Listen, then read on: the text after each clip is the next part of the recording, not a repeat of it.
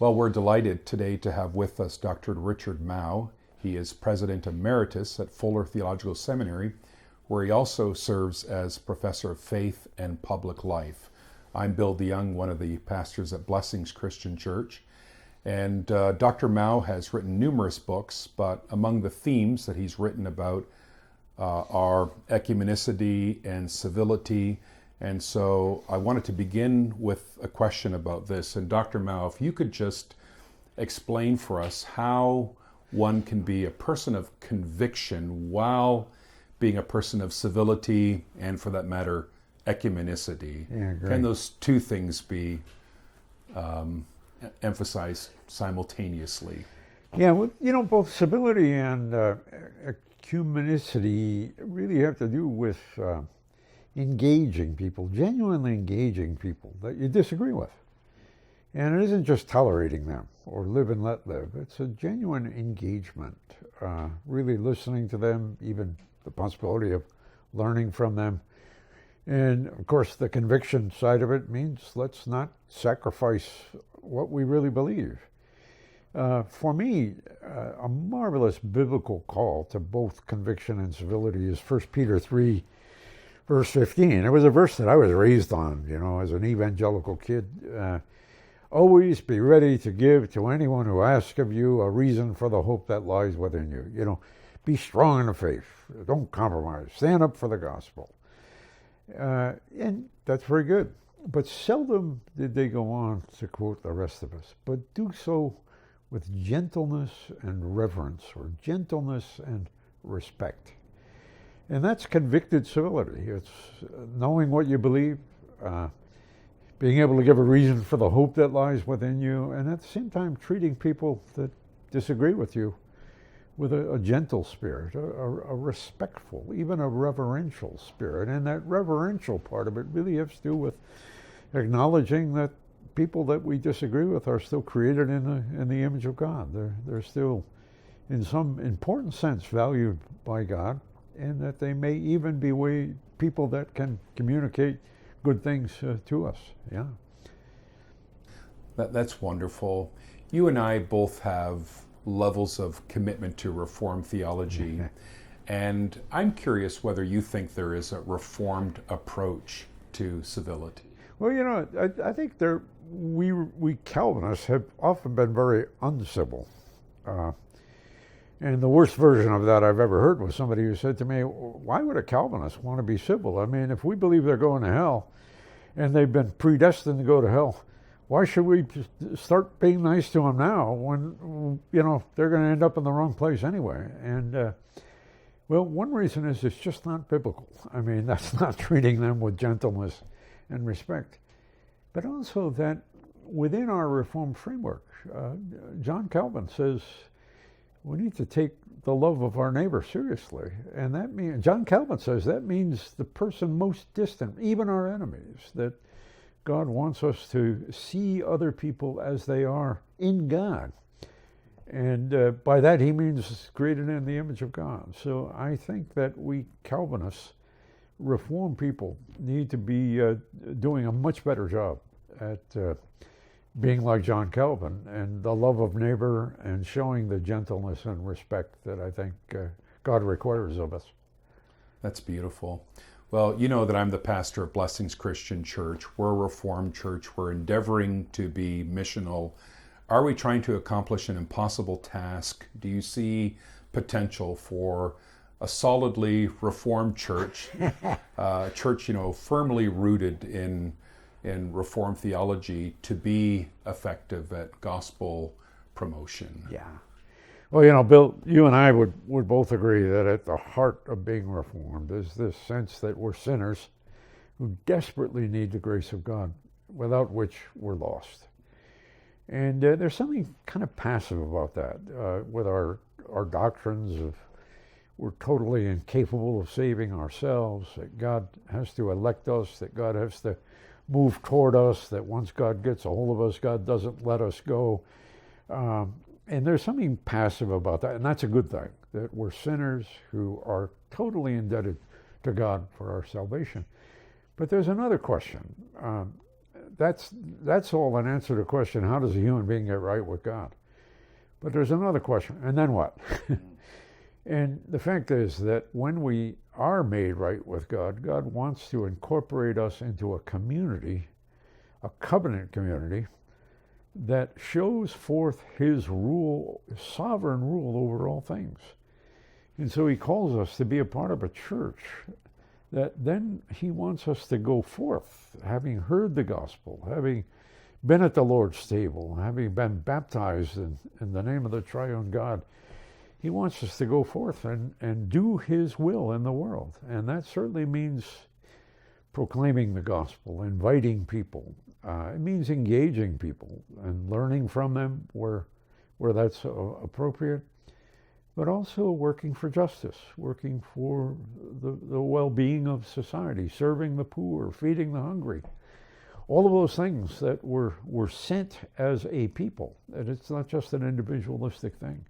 So there's something passive about receiving grace, being totally dependent, but there's also, once we receive that grace, it empowers us, it makes us agents of the gospel. And that's really the missional part of it, which I find very exciting. Yeah, that's well put. Well, I've heard you talk on other occasions about the importance for institutions to have an historical consciousness or to be aware of an historical narrative. And Blessings Christian Church, where I pastor, is part of a federation that in some ways owes its existence to the ouster of a prominent individual, a theologian in the Netherlands by the name of Klaas Schilder. And a lot of individuals in our church who are part of the younger generation know him only by name. Those in the older generation would be familiar with him, but you're somewhat familiar with his writings. And I'm wondering if you could share with us something about the importance of his legacy. Think of perhaps a contribution that Klaas Schilder has made to your own thinking that we today could perhaps profit from hearing. Well, I'm a Klaas Schilder fan. I mean, he's one of a member of my gallery of heroes of the faith. I've got to say, he wasn't always the most civil reform thinker. He got into a lot of controversies and was treated badly himself and often reacted somewhat like his critics did. And so I'm not sure we should learn to be like him in every way. But he was a wonderful Reformed theologian. He had a real sense of following Jesus, a sense of following the Lamb. And I like that kind of emphasis. One of his favorite books, one of the first books I ever read and worked through it in Dutch, was on the book of Revelation, you know. And Schilder liked that idea of the church going through difficult times and being faithful to the gospel. And I want to say one of the great things about Schilder that we have to keep remembering is the way in which he was faithful to the gospel in opposing the Nazi regime. You know, he was at one point imprisoned by the Nazis during the German occupation of the Netherlands during World War II.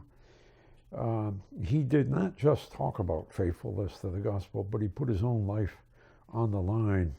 And that's a part of who he was that I find so inspiring. And I think we need a generation of Christians who want to be like Klaas Schilder in that sense.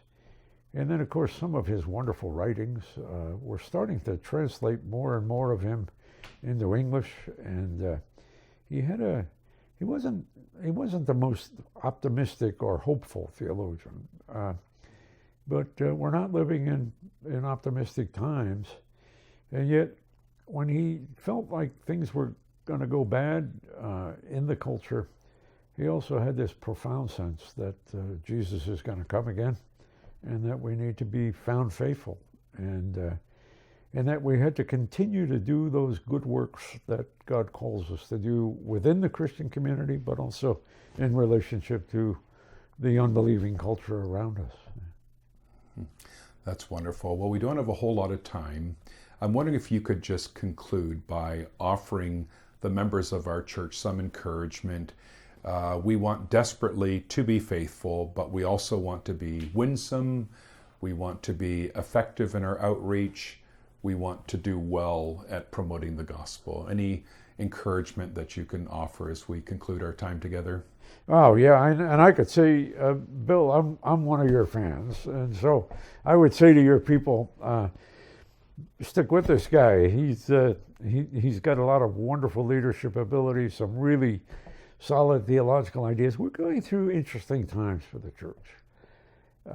I think we need to hold on to that in the past, which is absolutely essential to be obedient to the gospel, and for folks like us to be reformed and to maintain fidelity to all that is best in the Reformed tradition. We also need to be rethinking some aspects of what it means for us to be a church that's faithful to the gospel, but is also being missional, seeing ourselves as sent by God into the world. What does our worship need to be like? The teaching ministry of the church, what does that need to be like? How do we relate to people who may enter our worship services without all of the rich theological background and history that many of us have, because we've inherited a lot of this? And so we need to find ways to relate to the person who comes in who simply wants to know something about Jesus, and to find out ways in which we can bring good news to them. And a lot of times we bring restrictions on what we can say and do that doesn't always come across as good news. And so I really admire the way in which Blessings Church, which I've been following and I think I know quite a bit about, and I know about some of the criticisms of Blessings Church, and I want to say I am really excited about what this congregation is doing, and I want to encourage the community of Christians that worship at Blessings Church to really stay with it, wrestle with the real issues, the challenges that we have these days of being a faithful church in a confusing time, and at the same time know the reason for the hope that lies within you, but respond to people with gentleness and with reverence. Thank you so much for your time and for those words Thank of you. encouragement, and be assured of our prayers as well for your ongoing scholarship And mine for ministry yours as well. Wonderful. Thank you very much. Thank you.